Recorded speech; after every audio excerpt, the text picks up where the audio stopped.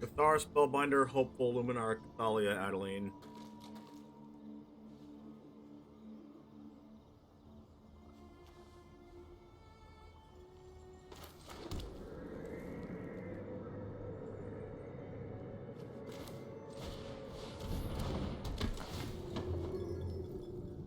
Whoa.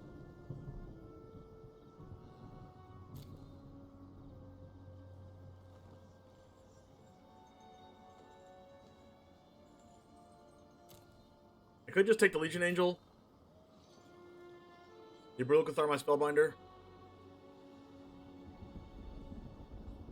They attack all, I don't block, I go to 9. Then I Skyclave the Brutal Cathar, get my Spellbinder back.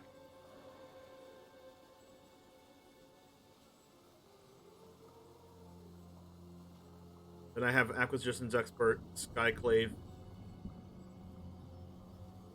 Brutal Cathar, Spellbinder.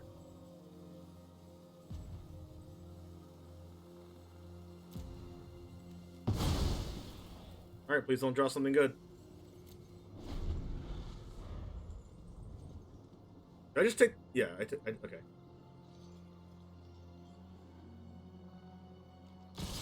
Hey, don't Brutal Cathar.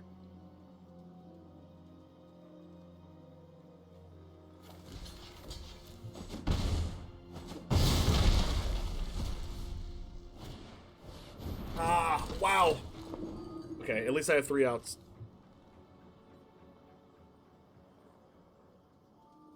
That was a Mega PogChamp play. Or a draw, I should say.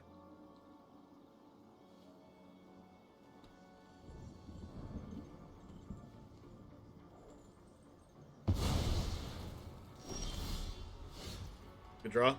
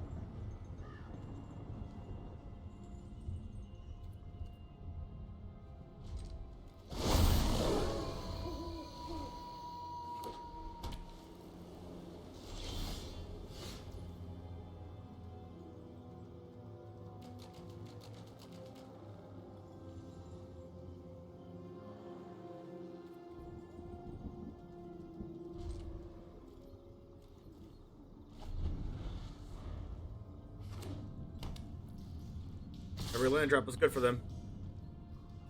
Fell.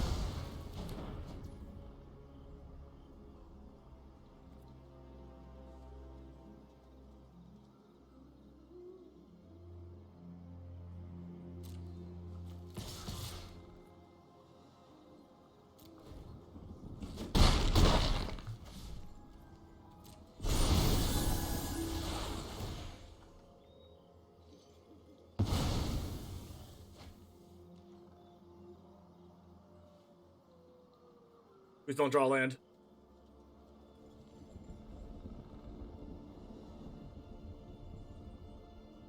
If I knew I was drawing so many lands in a row, I would have kept this aggro mulling. That way I would have an answer to the den. Ooh.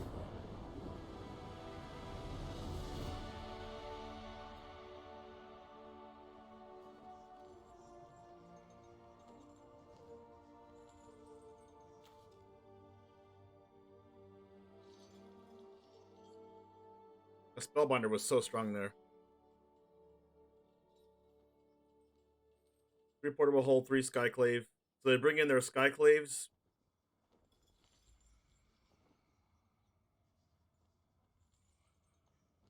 Showdown.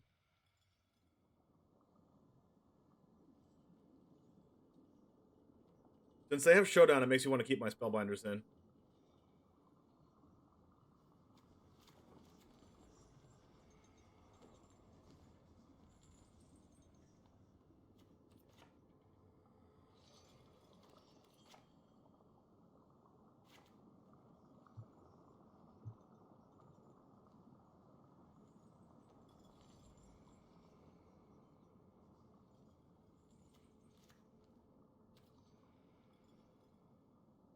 Some life gain in there.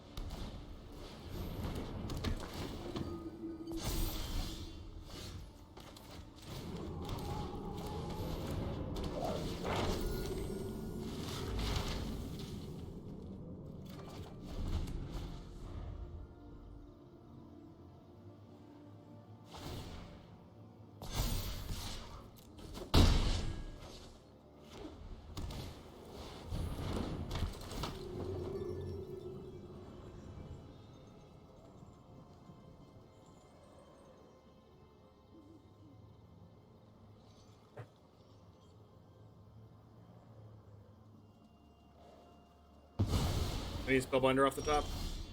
Good draw.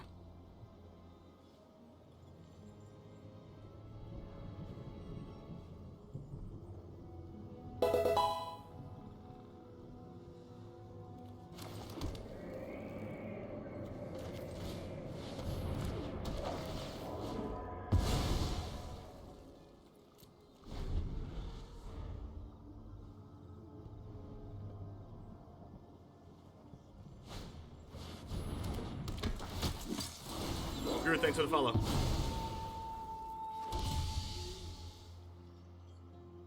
This is gonna be good.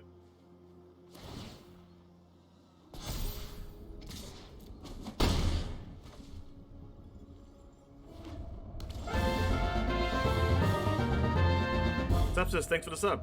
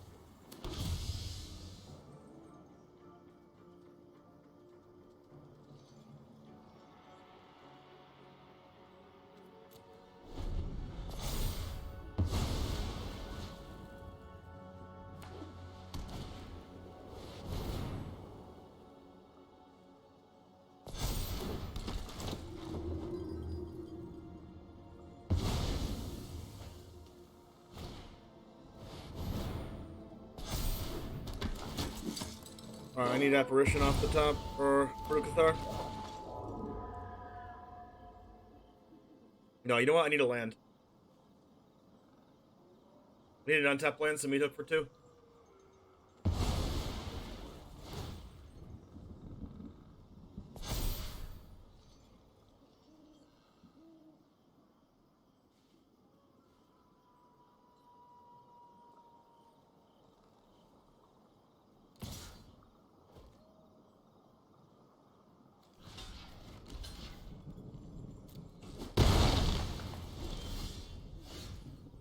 Oh, it's not bad.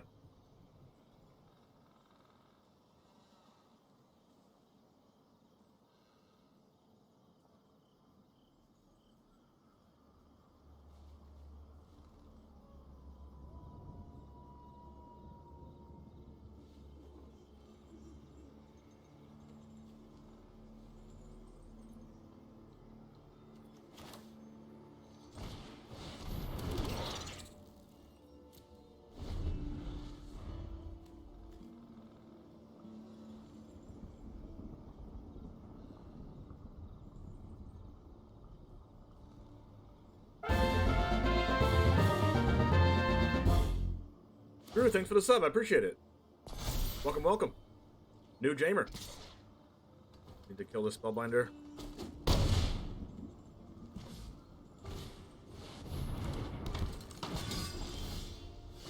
Well, that does kill it.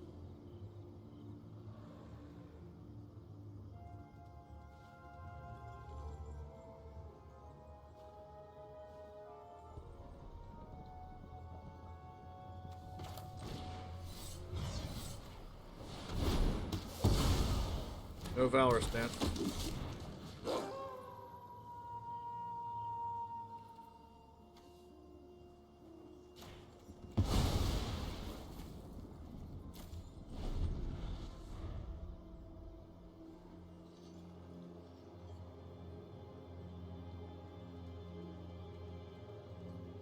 There's 4 Blue Cathar and 3 Skyclap in their deck, and then there's no other removal spells for it.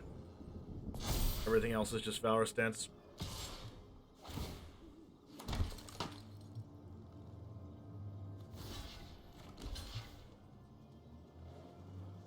Need 2 damage things.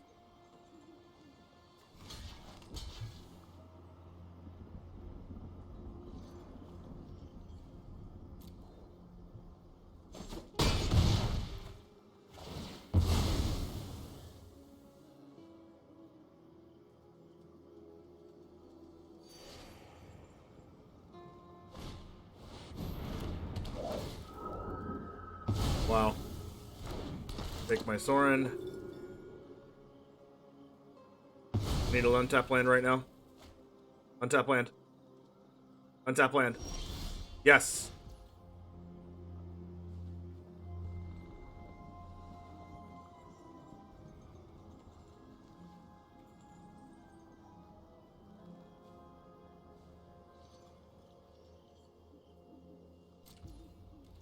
This is free 2 damage.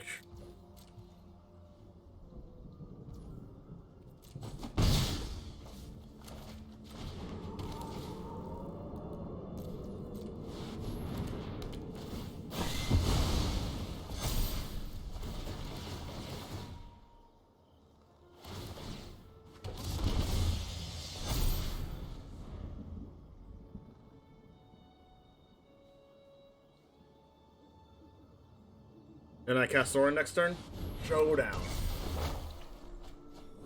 This deck is gas. Oh my god. How many of those cards were there? There's 1, 2, 3, 4, 5 out of the 7. 5 out of the 7 Brutal Cathar type cards were drawn in this game for him.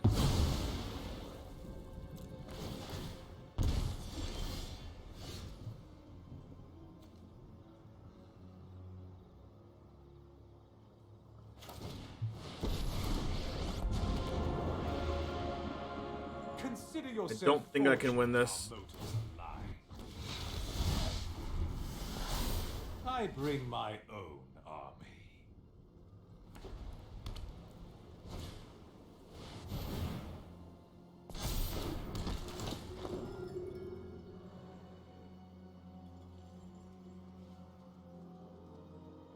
This life leak token's really good against Adeline, though.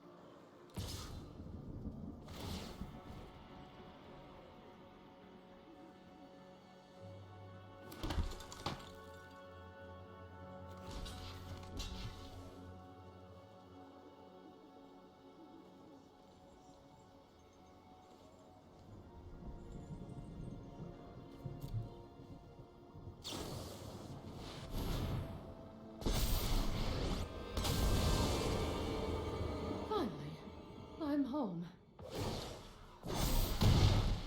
We've got the edge in this fight.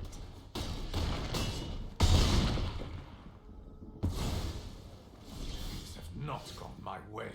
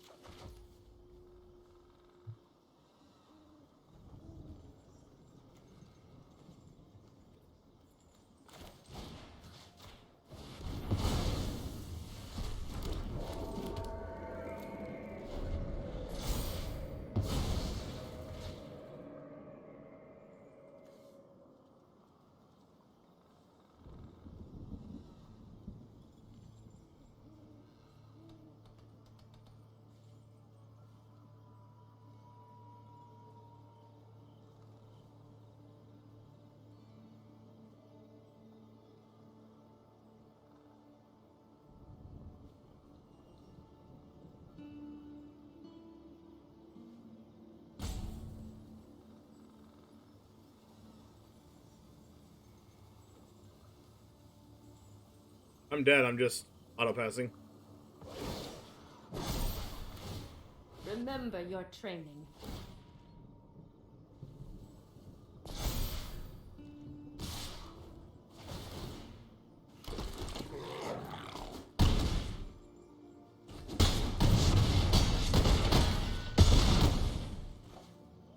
That was a lot of brutal Cathars and Skyclaves.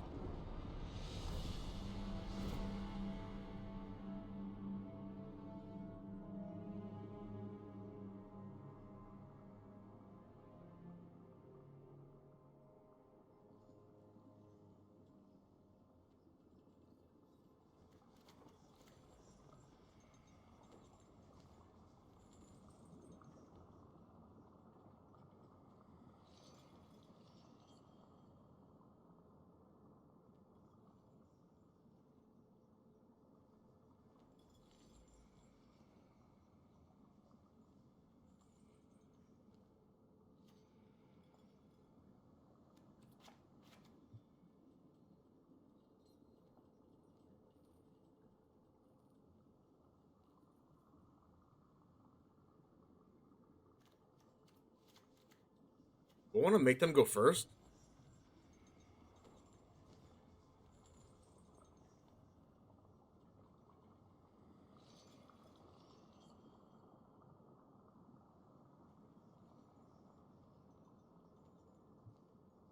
Is that bad?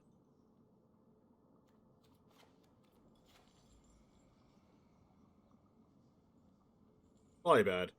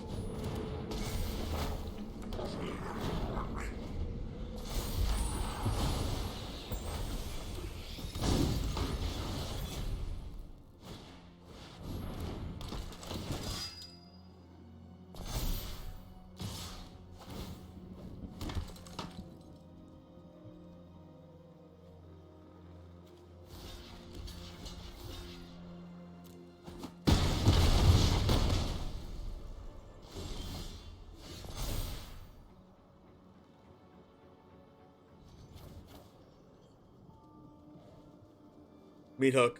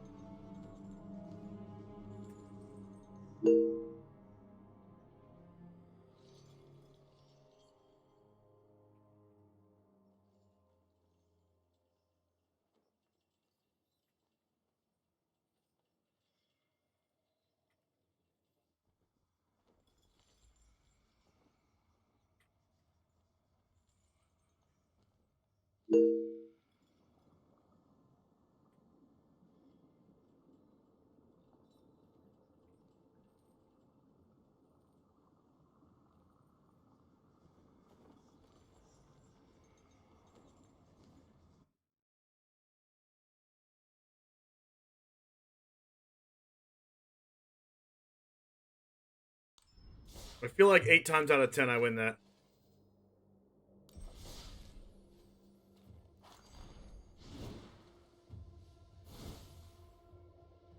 Like, double, like, back-to-back meat hook. I mean, back-to-back showdowns in game 2.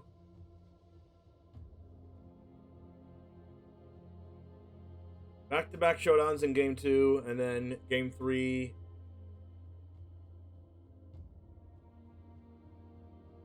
What was it?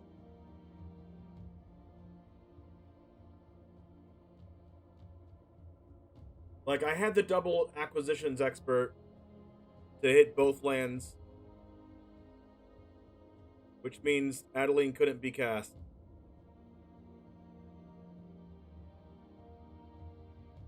But I'm pretty sure the draw for turn was like... What was the draw for turn there? Oh my gosh, holy, thanks for the 5 gift subs. Asian guy, SSA. Hey, SSA, what's up? Beast, Immortal, and Neo, thanks for joining. Make sure to give Holy a big thank you.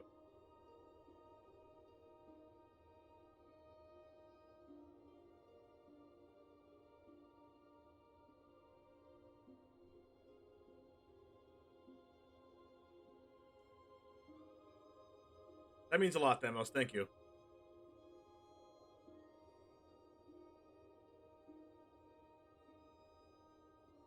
If I had drawn Meat Hook there, God, I would have won. Play Esper Planeswalkers? Should have, right? There was 2 that made the top 8. Yeah, draw was Spellbinder, and Spellbinder took my... I got to play you 1 codes, and the gift card finished top 12. Oh, broken. You're dead to Meat Hook, but you only have 1, so you're not going to play around it? Yeah, for sure. For sure. I agree with not playing around it. But I had 3 draws to get there. You don't know this, Todd Turkey, but I kept a no black lander. I had Bloodchief's Thirst and double Acquisition Jesper, and I kept a hand with 2 lands, and neither of them tapped for black. Because I know I needed to be proactive on the play, and if I drew a black source, I got, like, super rewarded because I could Acquisitions Expert and Bloodchief's Thirst. My original game plan, before you... I think you killed the Spellbinder somehow?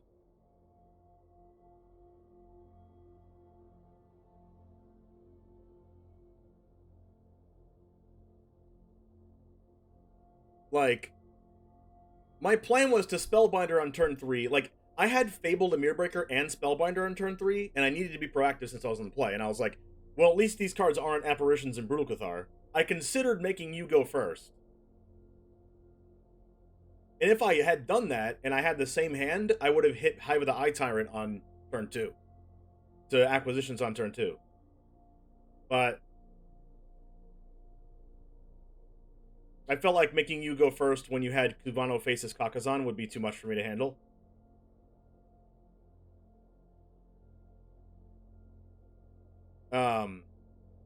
But my plan was to Elite Spellbinder on turn 3, and then on turn 4, double Acquisitions Expert, because Acquisitions Expert gets to look at 2 cards if I have Spellbinder on board.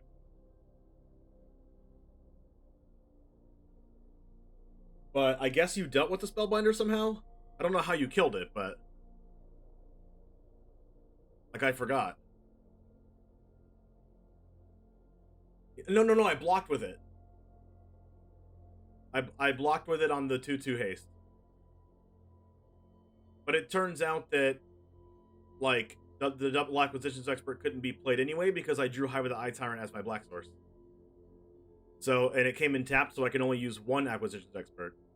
Which is the reason why I chose to not cast it that turn and wait till the next turn to cast both of them. Which is the reason why I had Bloodchief's Thirst, double Acquisitions in my hand, and you already had a 4-power Thalia. So I was like, well, let me save damage, let me Bloodchief's Thirst to Thalia, and then next turn, double Acquisitions. And that's what I did, which kept you off of Adeline. But I drew Brutal Cathar too late. I needed like a Wandering Emperor or like back-to-back Skyclave Apparitions or something like that to win. But your curve was really good. Plus in game 2 you had like back-to-back Showdown, which is like really hard for me to beat.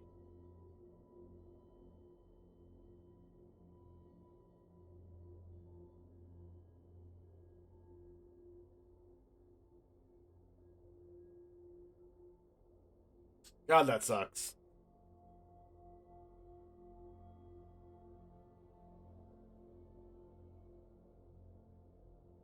I still really, really like this deck.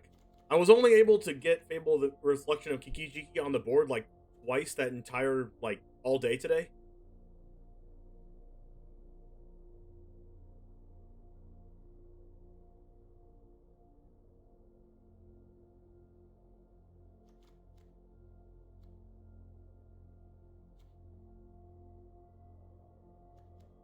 Maybe I need to play one more Meat Hook. Meat Hook's really not for mono white. I just board it in because it's like it can win the game. But like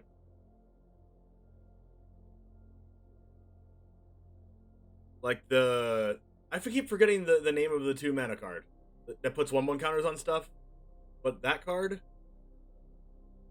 gets like white decks out of range of Meat Hook really fast. So Meat Hook's really only for the Anvil matchup. Luminarch Aspirant, yeah. So like Meat Hook's really only for the Anvil matchup, and Anvil can't get rid of that card once you play it. So, which is why I'm only boarding 1. But it just happened to be an out there against your board, but I don't know if killing the I feel like I made the correct plays. It just your cards out like overpowered mine in the sequence that we drew them. Like, I'm not really supposed to draw, like, three Acquisitions Experts in a game, which is, like, what I did. And I could have mulliganed, that's for sure. But I feel like I needed to be proactive, and I had Spellbinder and Fable the Mirror Breaker. Did I win? No, I lost. You're up against... Did you win, Murph?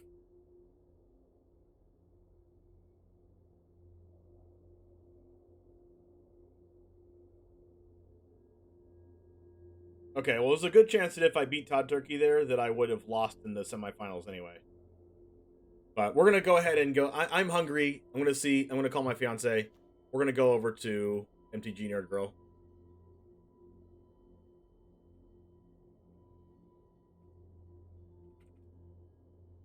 But sucks that well, this is the second time I've made top 8 in one of these. Or the first time that I got bounced out in top 8, but I feel like I played correctly. Alright, guys. I'll see you tomorrow. But I'm also going to make a quick outro here for YouTube.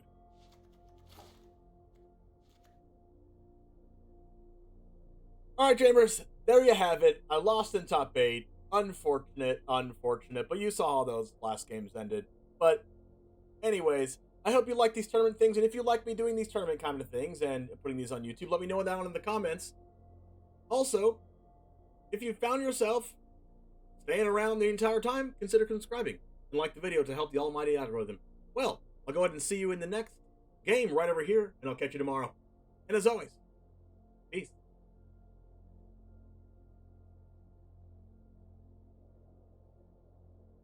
You guys are awesome. Bye.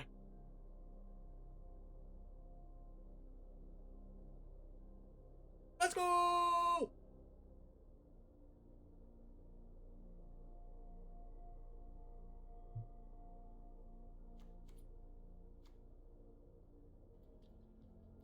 Six mana.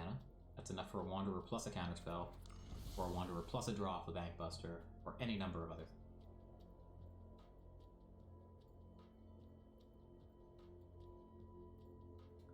Honestly, very, very surprised that Crimson Dawn is not as far behind as I would think after how many cards the opponent has drawn between the Bankbuster and the Kaito just making infinite draws every turn. It doesn't feel like they're that far behind, but in actual fact, I think they really are. I totally agree. I'm surprised the game's not over, is what I'm saying. Like, you know, still at 18 health, I would have thought that this would have been closed out a little bit sooner. Definitely very behind on this side of the board, though.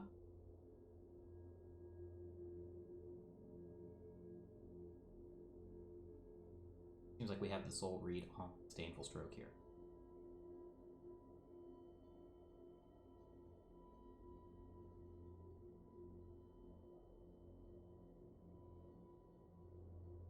Arch Shield is down, but our Disdainful Stroke Shield up at least.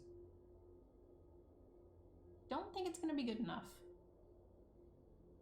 It depends what's in our opponent's hand. They are now at, I think, 8 cards in hand, one of which is revealed to be a Disdainful Stroke. Okay. So if they didn't have it already, we know they do now.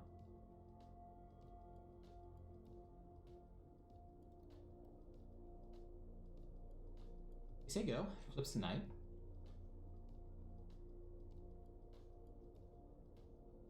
And ain't nothing to it except to do it at this point, I think. Disdainful Stroke also not great at forcing through our Wandering Emperor. I think we'd much rather have Negate in this spot.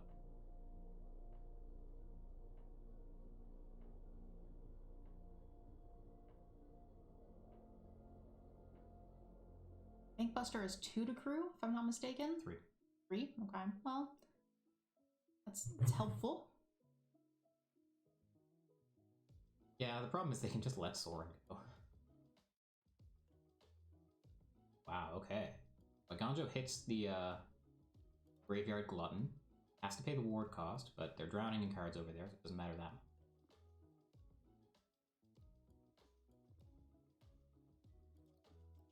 Fortunately, they don't have the mana to both Wanderer plus march away the Bankbuster.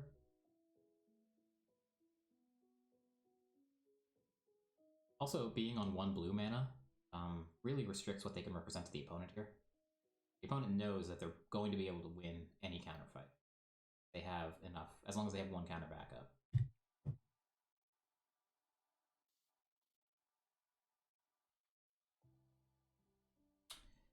That's inconvenient.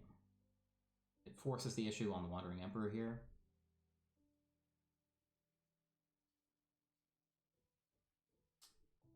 Let it go. I think you're supposed to cast something there.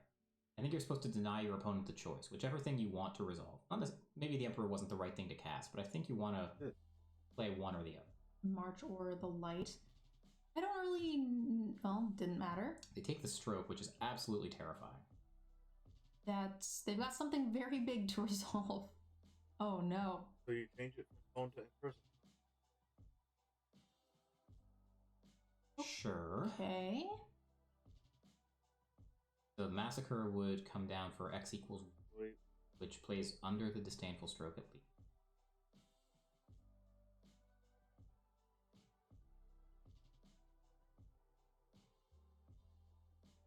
So Is the idea here to exile one of the tokens and hopefully they crew the Bankbuster in response? Even then we wouldn't be able to kill Massacre at that point.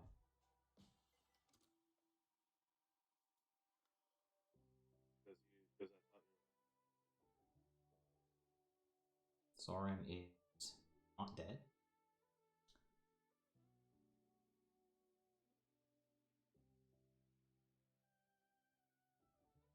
Safest thing to do here is just minus the Wanderer to kill one of the tokens, especially with the March of Other like being face up. I assume we just double block with these 1/1s here. Protect the Sorin. Yep. I mean, he is going to 1. I think that is possibly okay. We are going to just let Sorin take it. He is a big boy. I'm wondering if the plan, if you want Sorin to take it, you could have plussed the Wanderer, giving something +1/+1, double blocking. They kill your 2/2, but the Wandering Emperor gets an extra 2 points, essentially, right? It goes up 1 and the Wandering Emperor up instead of down 2. You lose a creature for that exchange. You might be happy to do. I don't think we're really happy on this side of the board. Oh boy. Yeah, agreed. I was talking about the Wandering Emperor side of the board. So we already had a read before that Disdainful Stroke was shown off Sorin that they had another, so it seems really likely to me that they have multiple. That is a bad auto tap.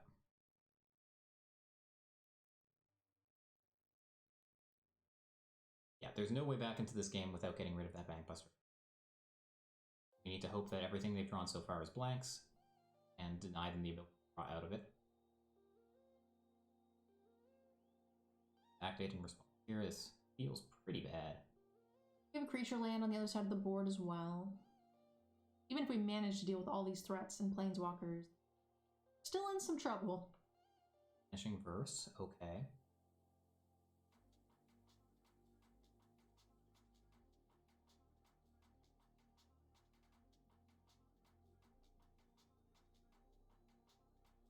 We get to kill whatever we please if the opponent doesn't. Actually, no, we can't. Okay, doesn't matter anyway. Vanishing Verse hits the Spider. It's kind of an aggressive play, but I guess when you're drowning in cards like that, you don't mind. Throwing away a little value.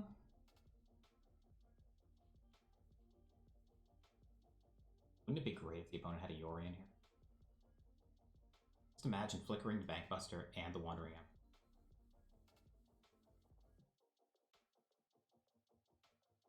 By the way, Yori and Flickering Wandering Emperor is really cool. That was one of the decks in the set champion.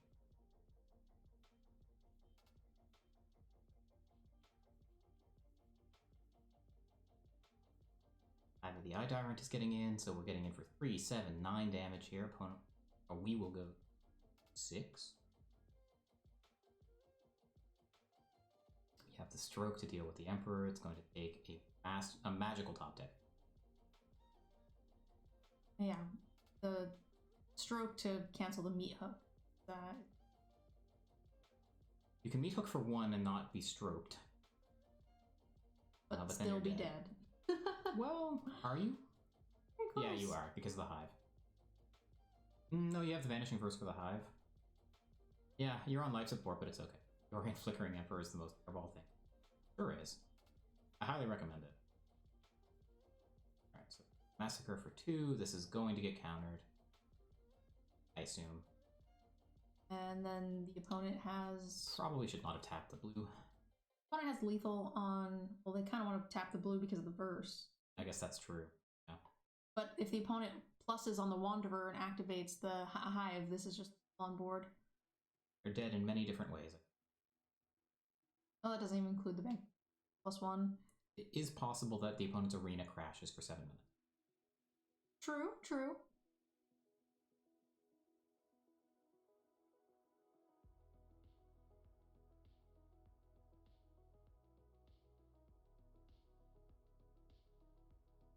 Yep, so we Vanishing Verse the Hive, and we're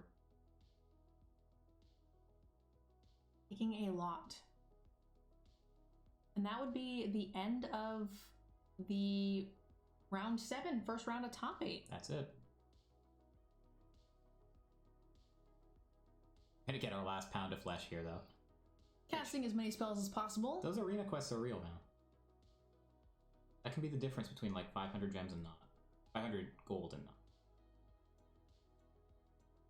Alright, we have our final 4. All right, congratulations to our 4 players who are getting eliminated here in the first round of top 8. You guys all got a $50 gift card to Ultra Pro. Those will be distributed by Phoenix, one of our team moderators. Make sure you guys, poke her, at her in the channel. Let her know that you guys just got eliminated. She'll be reaching out and giving you guys those $50 gift cards. And then don't forget to use the DEGEN code for 5% off. It tells Ultra Pro that we sent you, essentially, and then we can host more of these events for you. While you're saying that, it seems like a good opportunity to thank everyone who's worked on the back end. These tournaments are an outrageous amount of work put on, and I imagine it's a lot worse when you don't just roll it at 8 a.m. up on in front of the camera. You need to be up even earlier than that. Yes. Because registration ends at 8:10 and then deck submission at 8:30. So our back-end team is working 30 or 40 minutes earlier than I even wake up for coverage. You heard it here first. We have a great back end over here. DEGEN game. It's true. Again, congratulations, guys, to our 5th through 8th in the top 8. All right, I'm going to take this opportunity to take a quick break. We're going to use the restroom, all of that fun stuff, and we're going to start the next giveaway for you guys. So the last $25 gift card for the coverage side of things is active. You guys can do !ticket right now, and then the winner, I'll draw as soon as we get back, will be getting the $25 gift card. Anyone can win, even if you played in the tournament. Make sure you guys enter. We'll see you guys in just a few minutes. I'm going. You're gonna enter? Yep, absolutely. Okay, you're allowed. You're a DEGEN. That's fine. I could win a door prize. I gotta win one of these. That's true.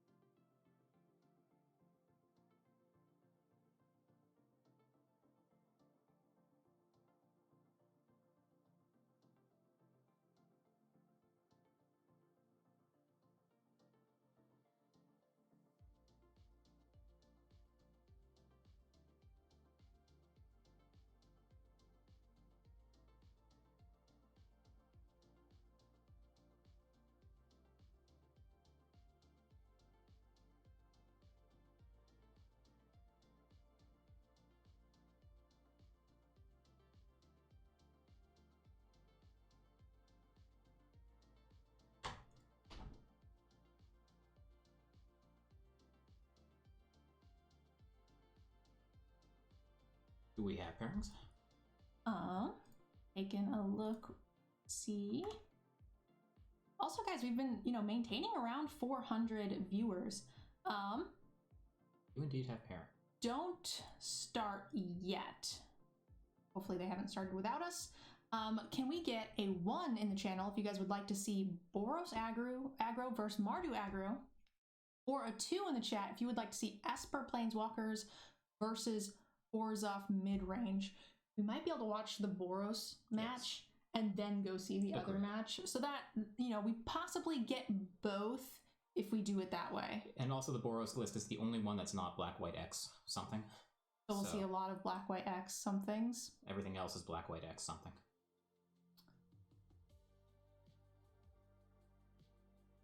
But, if people want to watch Esper, I'm down. That works for me. Chat seems pretty 50-50 on this one. More people leaning towards the Esper and the Planeswalkers matchup. I don't know that I've gotten to see the Esper Planeswalkers, and it does look like that's chat's preference. Okay. I am down for that. All right, so welcome back, guys, to round 8. Let's jump on in and check out the match.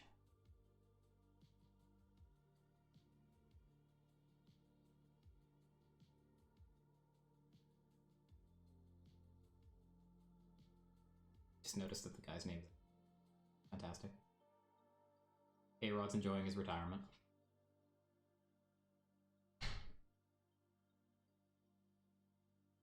First playing for the Yankees, then playing Esper. Always on the bad guys.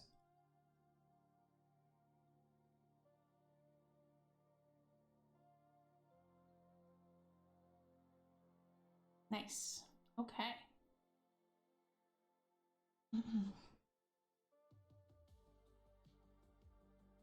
So this is our last remaining Blue Mage. Esper Planeswalkers, yeah. Death to the Blue Mage. Take that back. I don't know. Selfishly, I want to see Boros get through. I think it'll be the more interesting final. Kind of like, I know the player. I just like Boros, so I want Boros to be good, so I want them to win. But also, Mardu, one of my favorite 3-color combos. Orzhov mid-range, again, a very fun deck. Mid-range is always very near and dear to my heart. So, I mean, no offense, Alex. I just want the Esper Planeswalker deck to lose. But again, nothing personal. And also, he's rooting for you. It's something personal. Trust me, it is. It's definitely personal. But we are guaranteed an aggro versus control matchup in the final. Well, mid-range. Right? They call it Mardu aggro. I'm gonna give them the benefit of. Well, they could be mid-range versus aggro, no control, right? Sure.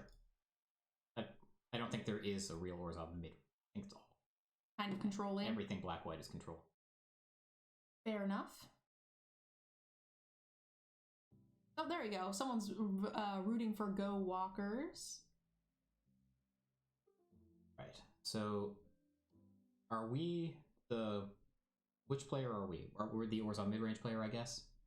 Because both players have just played black-white lands. I don't know which one's Esper and which one isn't. So we are watching... Yes. The Orzhov mid-range, yes. Planeswalkers are on the other side of the table. Okay. So we lost one of our Luminarch aspirants. Still have another. Loth was a pretty good draw to dodge the check for traps from the...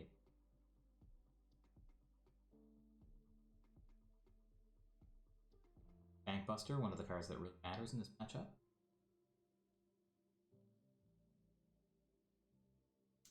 Bankbuster, this is the opponent on the Esper side. This is the opponent we just saw take down the last match that we were watching for round 7.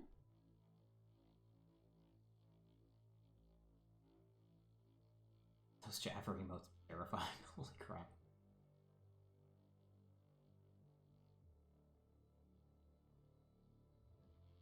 Bell Snickle, welcome to the... Okay, so we have once again played our 4th land and said go.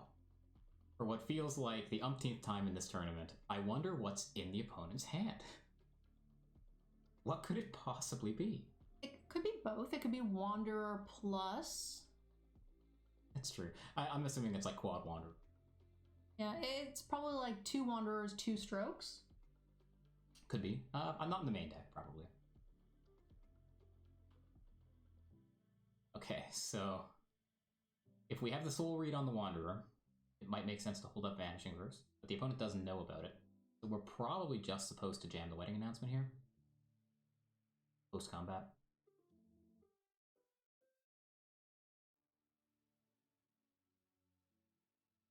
Yeah, if you have the Soul Read on the Wanderer, do you just maybe not attack with the Aspirant? What are we doing here if we're not attacking with the Aspirant? Like, the situation is not improving. Well, if we play Wedding Announcement, we can start pressuring with some other things. Like the Hive of the Eye Tyrant, the Wedding Announcements, and then keeping the Aspirant to put counters on those 1/1s. I feel like giving them value for the Wanderer here just feels kind of bad. Yeah, I mean, we're getting 2 for 1 tier. We're certainly going to play Wedding Announcement plus Vanishing. No, were we on the draw?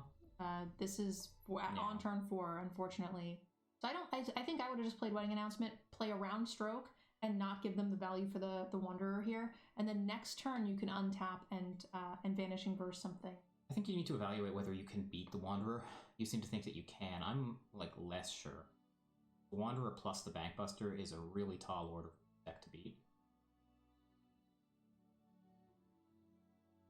That's part of the reason I don't want to give them value for the Wanderer by attacking into it with the Aspirant. Yeah, I'm saying if you can't beat them having the Wanderer, then it kind of makes sense to just assume they don't have it. I think I can beat it if I play around it. Yeah. But it turns out that the opponent, in fact, had Discard Spell, Bankbuster, Wandering Emperor, and Lolth. Yeah, life is hard.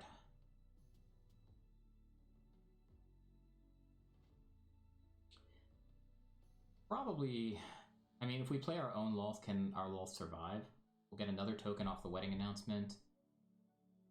We can keep our Lolth alive, assuming the opponent has nothing else. We are going to take a quick sec to switch screens here, just because the person streaming this one is a little, I think having a little upload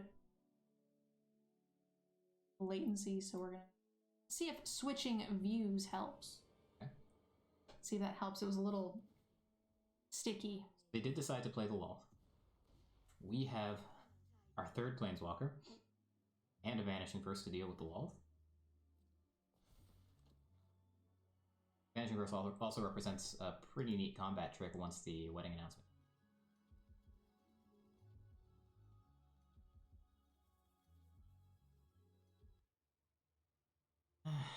This is awkward, right? You probably start by plussing Lolth, try to hit your land drop, I think, because the value of being able to soar and plus Vanishing Verse is super high. No, we're just getting in. Alright. Yeah, I think these are good trades if they want to protect their Lolth. And you get them to trade, and then you can Vanishing Verse it away if they double block, thinking that they're going to get to use value for it next turn. I like this well enough. Looks like they may not. Reconsidering.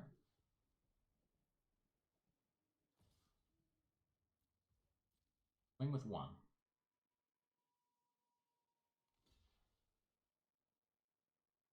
Now Lolth is going to go up to...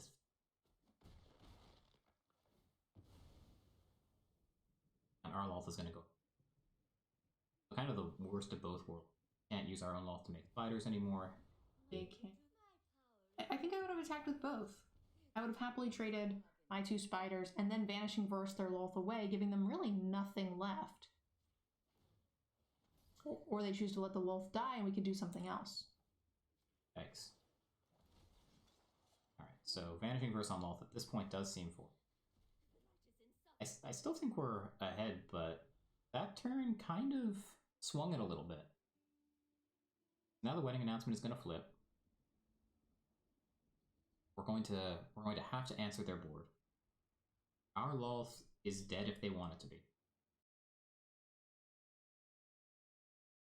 in a number of different ways. They also have Vanishing Verse. Yeah, I think swinging with the other spider also would have sort of protected our Lolth, because they might have thought that they could protect theirs by double blocking, giving them nothing to swing back with.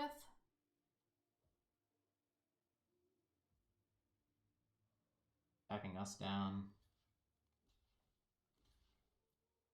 Trade token. March on a token feels pretty bad. Oh, it feels pretty good, actually. 1 mana Swords to Plowshares that doesn't even give them the life.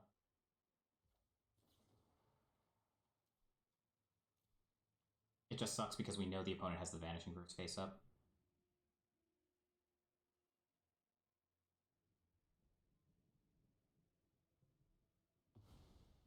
I just meant it's bad in that you've already used a card to deal with the Lolth. You've already traded the other spider. You're using this on that, plus trading this spider. So that's like a lot of value for the one Lolth on your opponent's side of the board. True. We do have 2 more card draws out of this Bank Buster. We have Soaring, which will draw cards. We have Lolth in play, which can draw cards. Restoration. Interesting. That is a card that we have not seen much of today.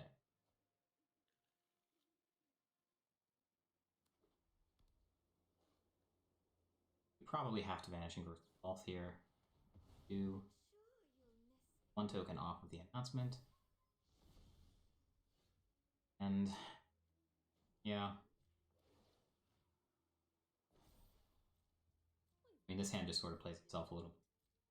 Agreed. It's probably just, yeah, Lolth plus Hive. Force them to use the Meat Hook Massacre at some point, and then, you know, Bank Buster and Hive can clean up. Yeah, Meat Hook doesn't even make a lot of progress here. Because the Lolth will just remake the spiders at a very minimal loss. Cool Jets, thanks for the raid. Welcome to the channel, guys. At this point, I think we're just thrilled if the opponent Meat Hook Massacre for full value. Agreed. I don't think there's anything in the... There wasn't anything in the bin to get back with Restoration either.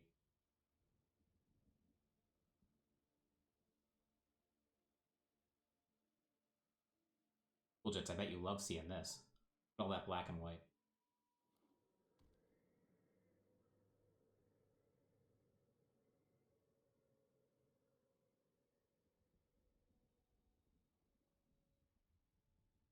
We've seen a number of Vanishing Verses already, although because we switched sides halfway through the match, I kind of forget at how many.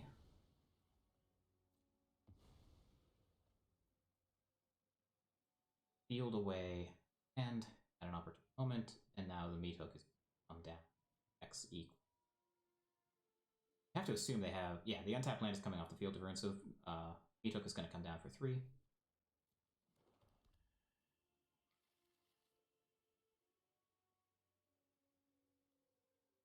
I'm wondering if there's a world where they don't use it yet. Oh, they do have their own Saga flipping. It will Yeah. die if they don't do it. The Saga's a 3/4. It is? Okay. I believe so. It's like a limited card. Yeah, this is where you come in. Yeah, the Saga's a 3/4 that attacks and makes 1/1s. So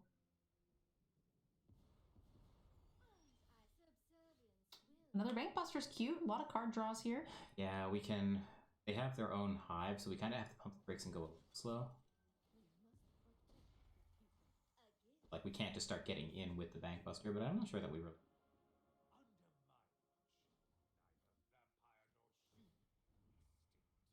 My Kaito. More than happy to take the 3 there. A lot of Planeswalkers coming in.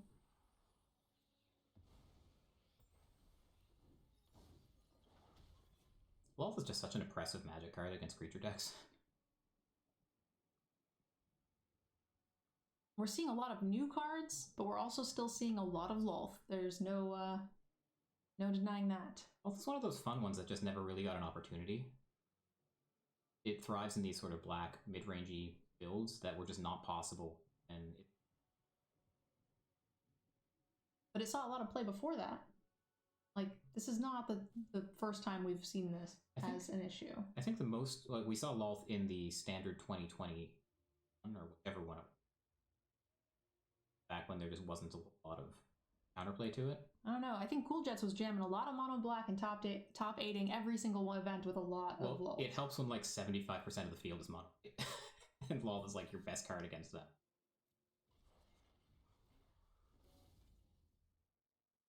screwing up the 4/4 in response to the meter. Is an interesting play to make. I am not precisely sure why you make it. Yeah, it's tough. It gives your opponent the opportunity to use sorcery speed removal on it, but also it means you could activate it where you probably couldn't. So I feel like that's kind of habit or muscle memory, is to activate your vehicles in response to the crewing creature being removed. But I agree, I don't think that that's probably the best move here. It has no value as a creature. It's not like they were going to attack. Yeah, muscle memory says it usually can then block, but that's just not the case here. Doomscar is a cute draw. I don't think we play the Ameria's Call here as a land. I think we cast it as a spell.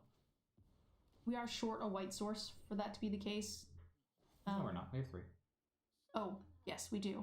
One of them, one on the far left there, looked a little... Okay, now I'm going to play one. Feels a little bad.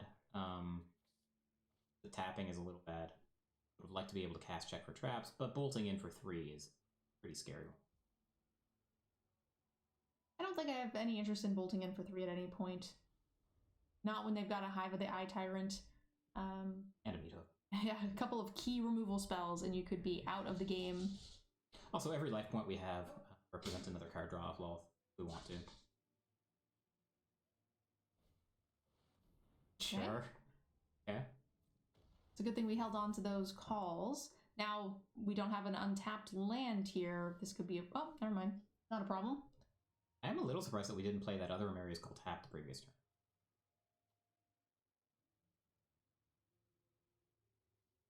So we leave ourselves in the uncomfortable spot of being dead to removal if we cast the Ameria's Call here. We have are? 2 5/5s. We would be able to block 1. Why? Oh, we have the reach creatures. We have reach Never mind. creatures, yeah.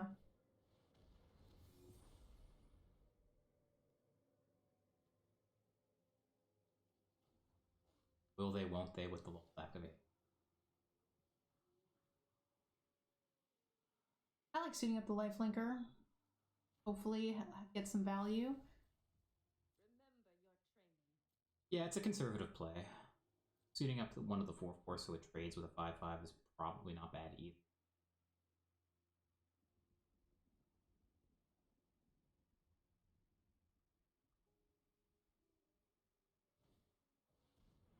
Alright.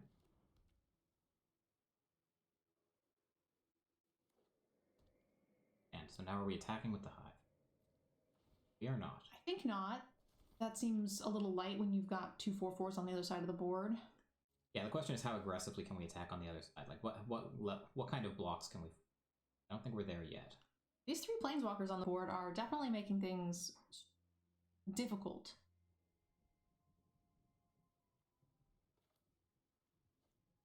This is a really interesting... Hammy agrees. Hammy does agree. Hammy's saying go for it. A lot of stuff going on at the house today, apparently. I don't know why both of our players are having some... It might be me, but different issues. The other one was like skipping, and this one's not. Yeah, it's too bad nobody wants spectator mode. Yeah. Spectator mode is pretty overrated. I don't think that that would be good for the game at all. Yeah, no one wants that. In any meaningful way. So do we go back to the other one? This is kind of bad.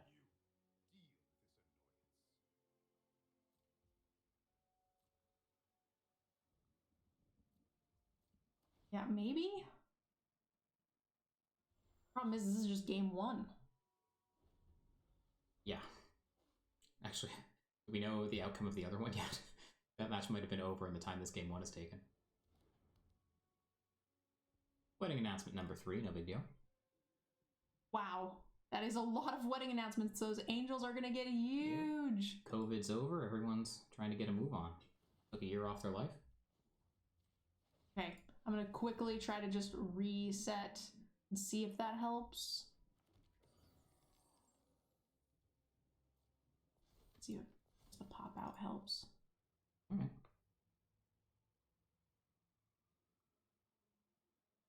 Okay.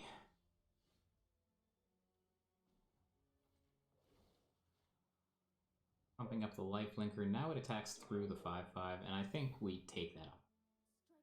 Well, they have two, they can double block it. What does the Shatter do? Is it CMC or is it... CMC. Okay, so they could choose to do one of the other two. Yeah, I don't really like being at 4. Certainly not. Every life point we gain represents more card draw as well. So I really do like attacking with the life. Trading for one of the 5/5s? Yeah. Yeah, I think that's okay. Or they can just take it, and then hopefully they... You know, we have a lot of reach and a lot of... Yeah, we have a lot of everything, in fact. We can even jam another Marius Call.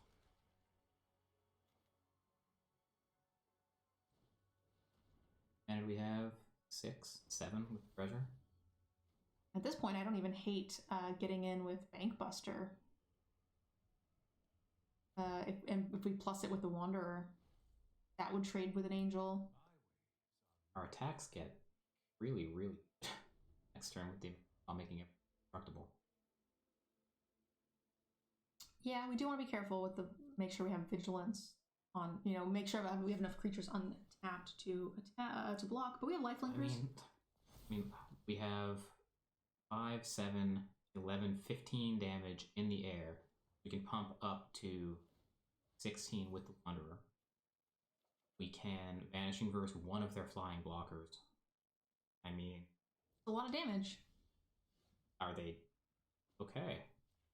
It's not lethal.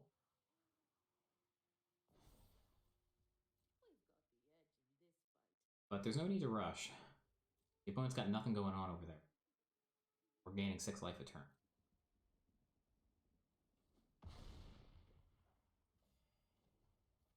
Sure. That's a lot of card draw. So these matches can take forever. Clock management is actually an important part of winning these. Not a skill that I have. But there are so many triggers in these decks, and Arena just sucks down so much of your time, even if you play as fast as you can. Yes, the triggers, especially on like Meat Hook Massacres and things like that, can drain you out. And also just activating your Planeswalkers every turn is a pretty hefty time sink. Especially when you need to order your triggers.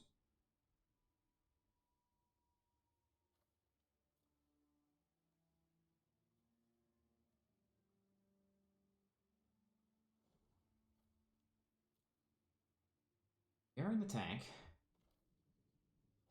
I don't think there's a wrong way to eat this Reese's at this point.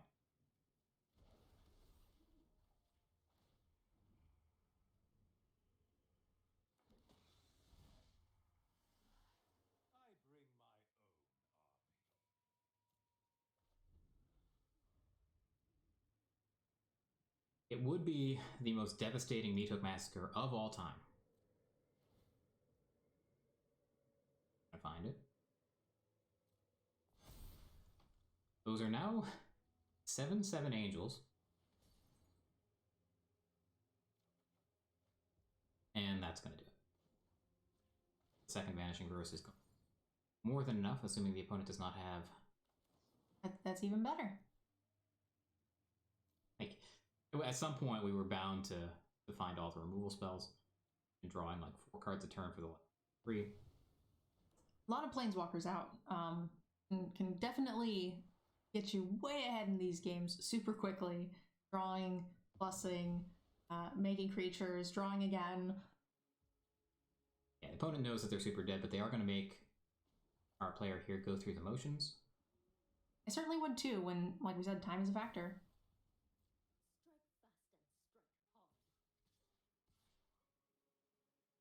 So we need to attack with enough so that Wandering Emperor doesn't hose us.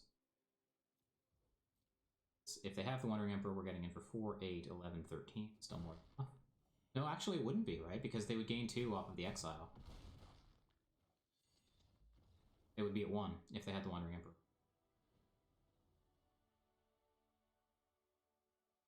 Okay, so in come the Duresses and Strokes makes a lot of sense. We've seen people go back and forth on Farewells. Some people have been thinking it's great in the matchup, it deals with a lot of the bank busters, and others have been saying, well, you know, the Planeswalkers are what really matter in the matchup and Farewell doesn't deal. So the sideboarding has interested me, and I'm not really sure which side I come down on. Probably depends a lot on the exact bit. Portable Hole seems like a reasonable thing to leave in as a 2 of to deal with the Bank Buster. Infernal Grasp doesn't seem super great. I'd be willing to take those out. There's not a lot of things here that really deal with the Planeswalkers. Soul Shatter does it. Marches, the Farewells, the Doomscars, none of them really do that. The Portable Hole, it's, you know, kind of fringe, but I'm wondering if the Enrica, just having a flyer that can kind of come down a little early and possibly snipe one of those Planeswalkers, prevent, like, the Ninja Planeswalker from getting too far out of hand. The problem is it's a monocolored spell that doesn't impact the board. Costs 4. It dies to Vanishing Verse, and even if you start attacking Planeswalkers, Wandering Emperor super well. So I'm not in love with that. Agreed. It's just you know, not a lot of those cards in their sideboard were at all relevant in this matchup. So this is why I thought the Esper deck would go all the way in this tournament. You were going to have a bunch of these kind of controlling matchups towards the end, and the player who's playing blue is the one who gets to decide what resolves and what. So if you're good at knowing what's relevant in the matchup and what isn't, then you're at a significant. The opponent just needs to deal with discard spells, get them through. But I would definitely want to be the Esper player here. So speaking of discard spells, Sealing Curtains is probably one of the better cards for to have. Fortunately, it runs headlong into Vanishing Verse, so if they activate it, then it's a pretty big tempo loss. The Curtains has Defender, so there's no sense in pumping it up yet. I think we hold up Vanishing Verse here. The Doomscar is not a terrible idea. I think it's fine. I think, given that the opponent mulled to 5, their most likely play here is going to be to activate the Curtains, but they had a tap land anyway, so it paid off. And if they activate the Curtains, they take the Vanishing Verse and you get to board clear anyway. No. You Vanishing Verse the Curtains in response. I'm saying that's what would have happened because we didn't have the mana. Oh, I see. So they would have taken it, but then the Doomscar takes it back. That's gotta feel terrible.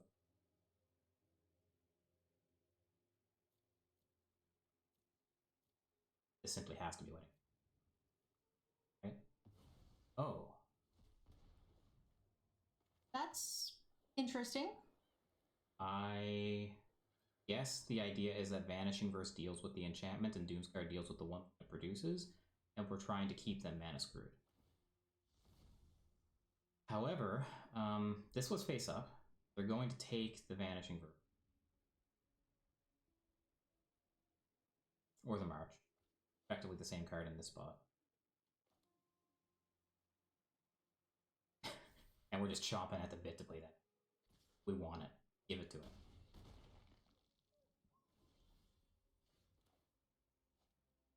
That changes things a little bit, but I don't think by much. I think we Doomscar here, and we have Iconjo plus Vanish following turn.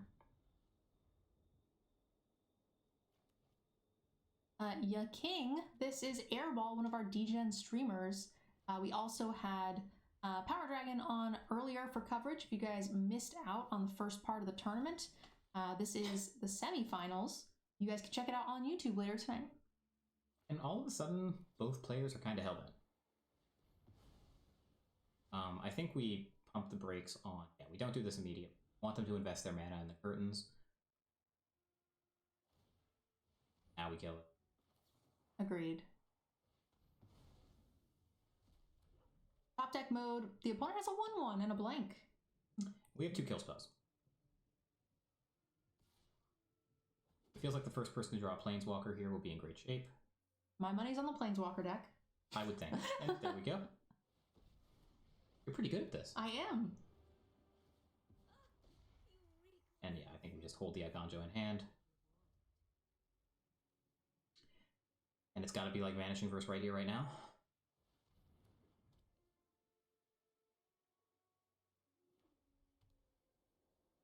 Opponent has dumped their hand. Somehow they found 5 lands and only 1 black source. Perfect, perfect knowledge here for this side of the table. We are at 8, which limits Lulth's ability to draw. Not by a ton. I think we're still in a pretty good spot. I think we're thrilled to just play a Naja here.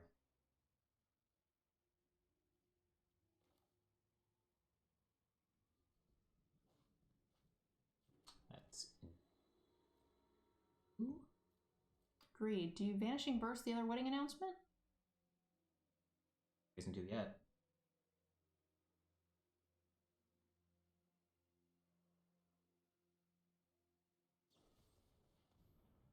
That'll deal with Lolth, but we have another one.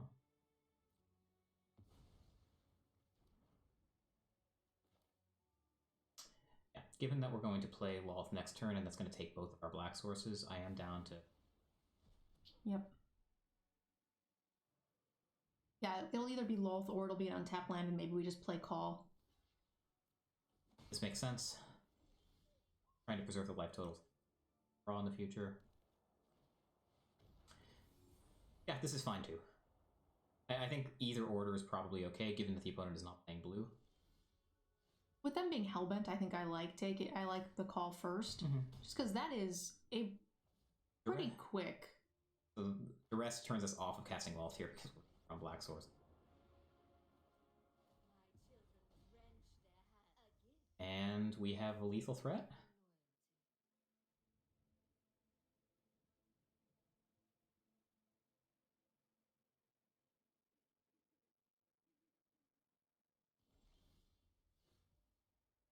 Rest, yeah. Or not. Oh. Like one of the only outs was Wanderer there, and... Yep. And it is no longer an out. Oh, off the top here for Esper Planeswalkers. That's... It was that kind of game 3 for the opponent. That was on a mull to 5. Game 2.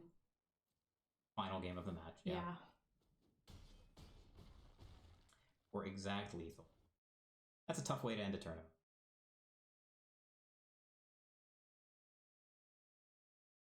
Okay, I cannot imagine, but is the other match still going? It is not. Okay. And we have Boros is the winner of the other match, eliminating Mardu aggro. So it looks like we're going to be getting some Esper Planeswalkers versus Boros aggro. Okay. That's quite the two different types of decks here making it into the finals. Yeah, and whoever goes first is critical, and because Tom finished first, I think that means he's going to be on the play with Boros against Esper. Correct, yes.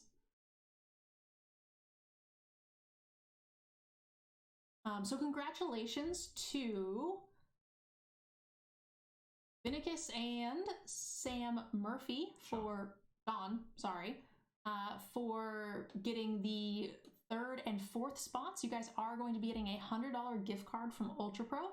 Phoenix will be reaching out and giving those to you guys. Make sure you guys use that DEGEN code for 5% off and let them know that we sent you so we can keep hosting more of these events. We're hoping to open them up to being weekly with some pretty big prize pools, and again, only a $3 entry.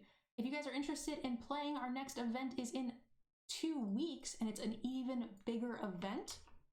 We have a championship invite, $800 in cash, several $100 in Ultra Pro prizes, as well as bounties on all Ultra Pro sponsored players. That's all of the DEGENs and others. So you guys are going to get to play with a ton of other content creators, anybody who's sponsored by Ultra Pro. And for each one that you beat in a match, you guys are going to get a bonus $10 gift card. So there's just oodles and oodles of value.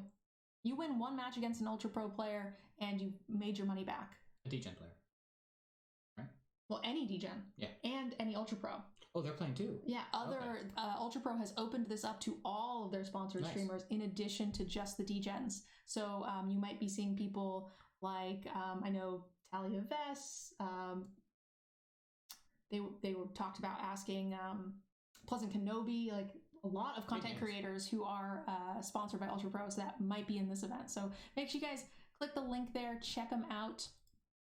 We're going to draw the winner for the last $25 giveaway as well for coverage, and that's going to be Phoenix. Rigged. Phoenix Rose with the super rigged $25 gift card. Funny thing is, I've been giving Phoenix the $25 gift cards to give out to the winners. Didn't Yoshi win earlier? No, James got one of the coverage giveaways though, or not coverage. One of the Door prizes. Okay, yeah, chat's agreeing with me that he won.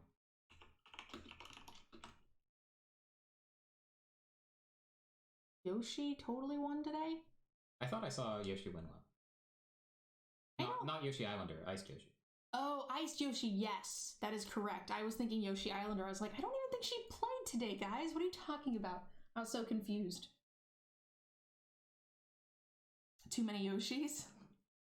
That's like one DEGEN, one DEGEN mod, two DEGEN mods. Bunch of rap. That's suspicious. You're not helping here. I didn't win. Look, Stream Elements did it. Stream Labs, whatever. It's sus AF. Oh, shoosh. I will shut up about it if you also rigged the next one for me. No, that's the last of the coverage giveaways. That was all 4. And we did the main one as well. Well, then I'm not going to shut up about it. Okay. Well, fine. We're gonna go ahead and watch Todd's side of the stream here. And again, congratulations to all of our top 8 guys. Places 5th through 8th is going. They got those $50 gift cards, and then we have $100 for 3rd and 4th. And then these players are playing for, I believe, a whole $100 bonus. I believe it's $150 and $250 for our 2nd and 1st place. Let me just double check. Yeah, so the winner of this is a $100 bonus gift card here on top, which is a pretty big deal for a whopping $3 entry fee. Yeah, I mean, this match is playing against Esper, so it's like going to be an hour long, but like $100 an hour is not bad.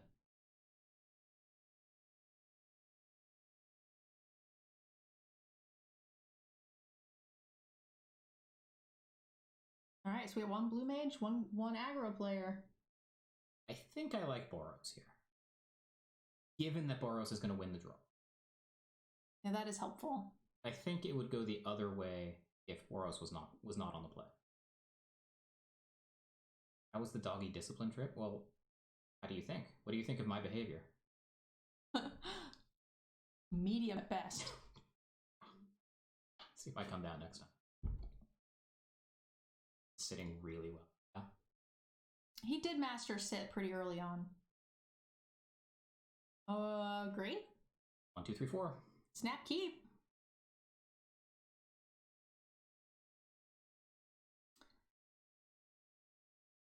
All right, sometimes you just have everything.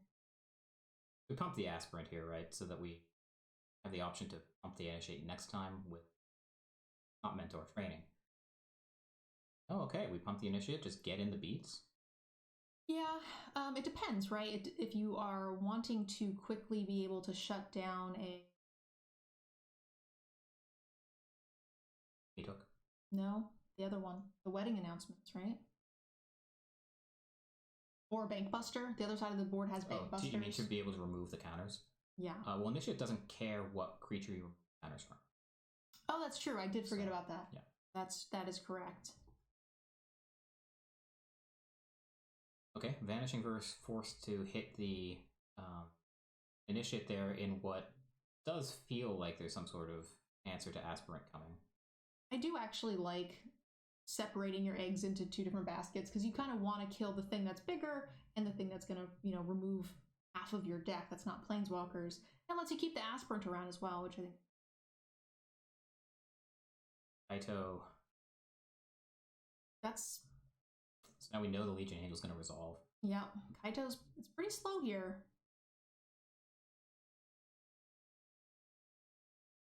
Pumping up the fire makes some sense. The meat hook is going to be for 2 next turn if they have it. Sorry, guys. A little bit of latency. I think it's on my end. Stream is just a little choppy. Guys. So we did choose to pump the Cathar. Stay ahead of the meat hook.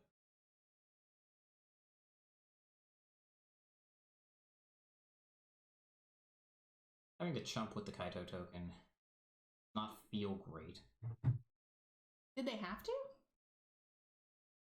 Well, they thought they did. I'm not sure. It's hard to know without seeing their hand whether they had to or not. maybe they think they have enough answers here to where, you know, that thing's going to die anyway. If they think they're going to meat hook here for 2 to get rid of the aspirant, you might as well chump. No reason not to.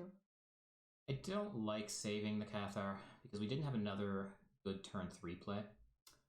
Agreed. I think that we are definitely the beatdown and we can't be taking turns off.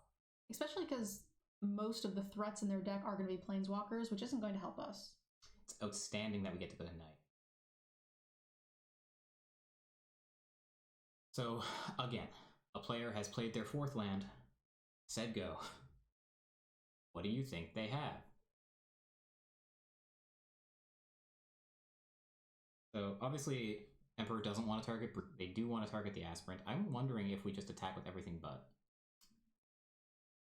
I mean, I kind of like attacking with everything, because if they play the Wanderer, kill the aspirant, you're still doming them for 9. Plus you have a land, plus you could play another angel, and then you have land next turn. Yeah. I can't imagine that this is a bad spot if Wanderer kills aspirant.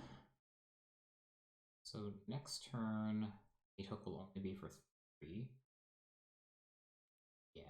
I think this. Given that the mass removal isn't really an option for the opponent, and they're going to need single target removal, let's just throw as many single targets as we can.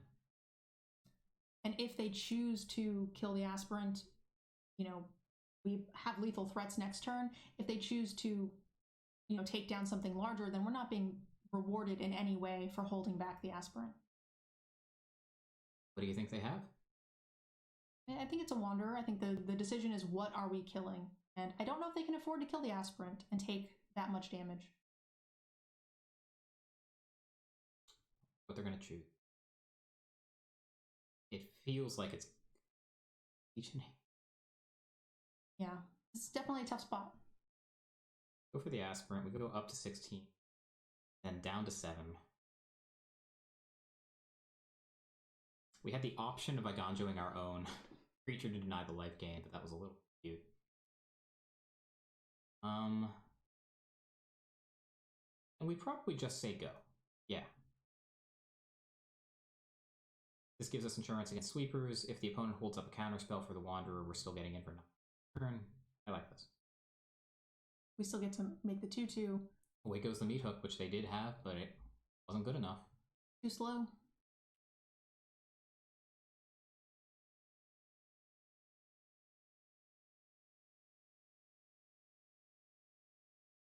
Cash in the Wanderer and foretell. I don't have their deck list in front of me. I assume the only foretell card is...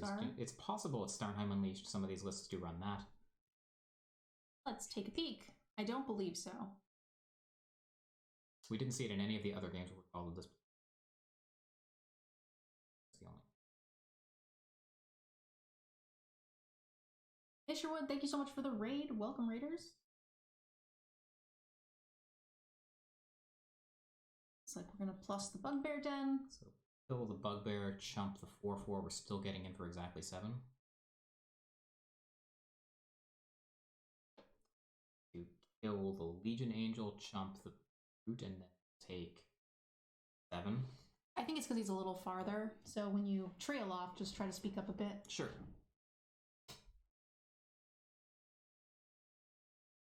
If there's only a single removal spell here, I don't see a way to taking 7. I believe it's just going to be a Vanishing Verse that's going to come down. Yeah, if you Vanishing Verse the Angel, then you get to chump the 4/4. Bugbear's going to get in for 4 plus 5. Plus 1 is 5, plus 2. Exact lethal. So it looks like we're just going to get to a game 2. Esper says, no thank you. We have a bunch of tech we're bringing in for this map. And, you know, concessions at that point makes a lot more sense for Esper because they know they're going to need the time if they get to game 3. Mm-hmm. It's not going to be the Boros deck. So we get to bring in Showdown of the Skalds, which is an all-star against the Esper deck. Game plan here is going to be to put enough pressure down to make the opponent wipe the board, and then when they're tapped low, cast Showdown and do it all over again. So in terms of cards that are kind of mopey in the matchup, the Cathars don't hit many targets. They're vulnerable to well. So it looks like we just brought in the Showdowns, cut the Cathars, and I didn't see what else we brought in. Probably the Redains. I think it was Redain.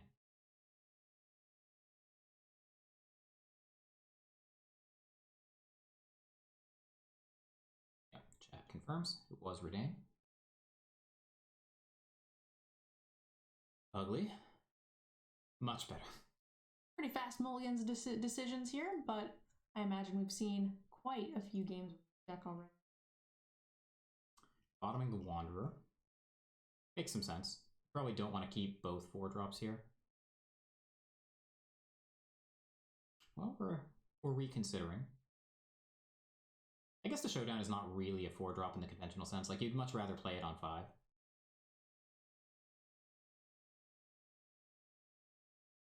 It can't really be bottoming a land, right? I think that's a little too greedy.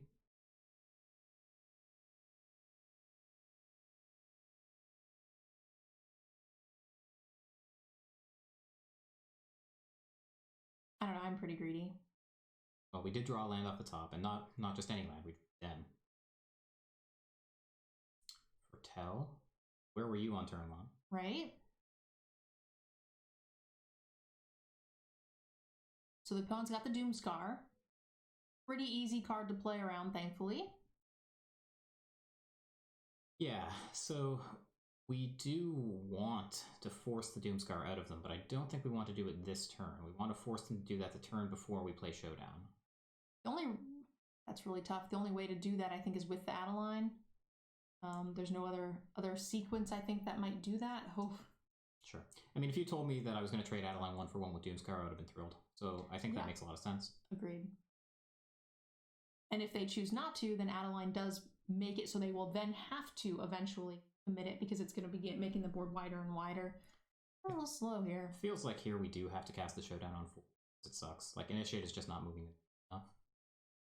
I'm wondering if it's Initiate Bugbear and then hope to then cast a bunch of things off the Showdown the turn, just so you make sure you get something down for the counters, but it does seem pretty light. This doesn't feel great, but it's one of those moments where you just take your medicine. And we hit a bunch of expensive stuff as well. Yeah. So we'll be able to... Redain will at least tax the Doomscar that we know we have. Ooh, Henrika. Interesting.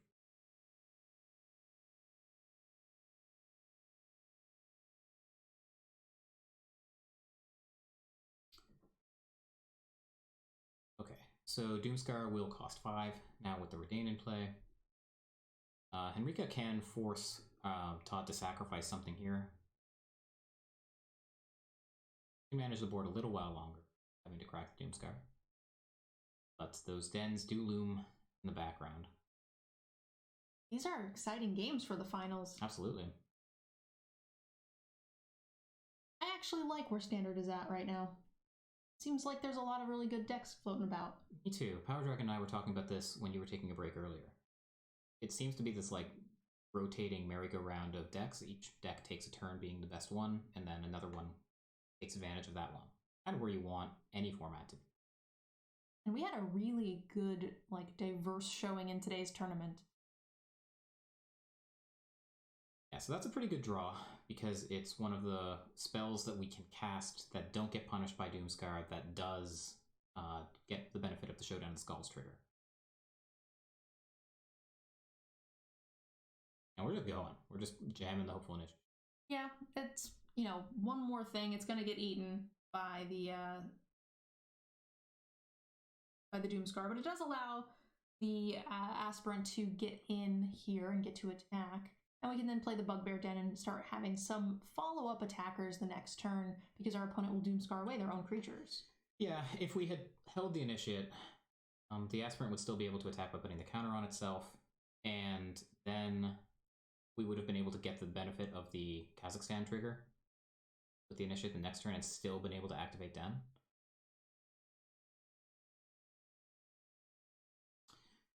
Or once again in a situation where the opponent has said go with a bunch of white mana open. Redain cannot be exiled by the Wanderer. Actually, Redain also taxes the Wanderer. Never mind. So the Wanderer can't be played here.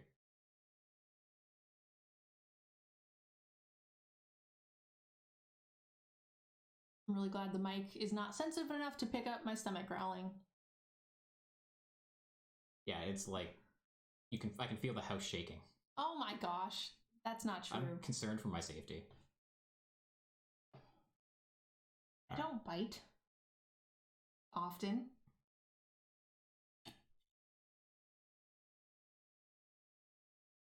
It transforms and attacks. Feels like Doomscar is en route.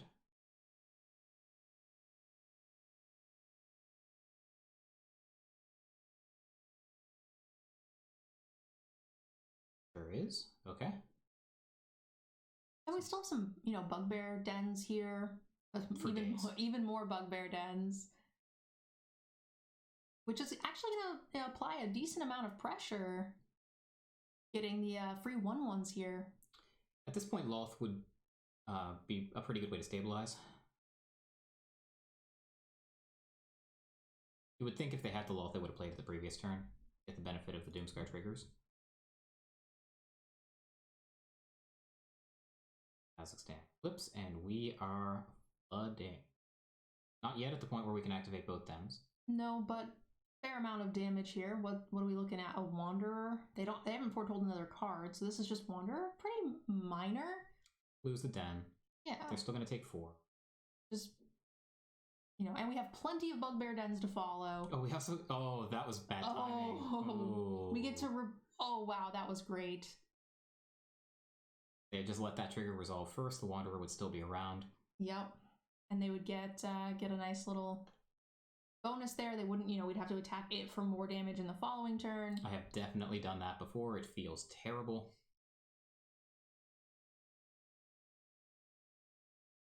But there are definitely some heavy-hitting cards in the opponent's deck. That's one of them. That's a good way to start. It is, but the bugbear dens are just going to keep coming out. I mean, Vanishing First seems like a reasonably likely card for the opponent to have. We can't do anything but attack.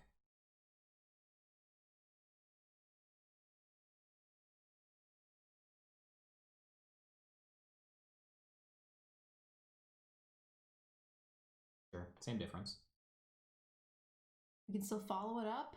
We're running out though, but like, we just need the opponent to not have one answer and it would be a 2-0, like one turn essentially. But I feel massively behind at this point. We're out of gas, yeah.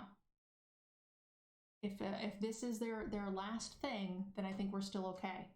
But at this point, we need to stop flooding.